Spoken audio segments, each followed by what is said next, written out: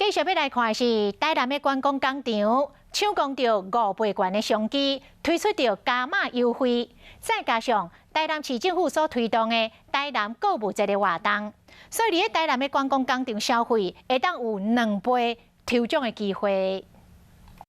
因为开放领5倍券，台南市的观光工厂看好这波商机，推出各种的优惠，加上市府的台南购物节活动，伫观光工厂消费会使得到2倍的抽奖机会，嘛增加民众消费的意愿。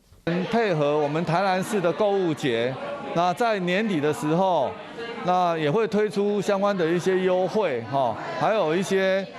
奖品等等。 台南的观光工厂除了推出购物的优惠，嘛有真侪加码活动，要邀请民众去台南消费。这摆台南购物节的上大奖，就是一间厝，各家商业者推出各项优惠，要让民众咧抢优惠的时阵，嘛会当来抽大奖。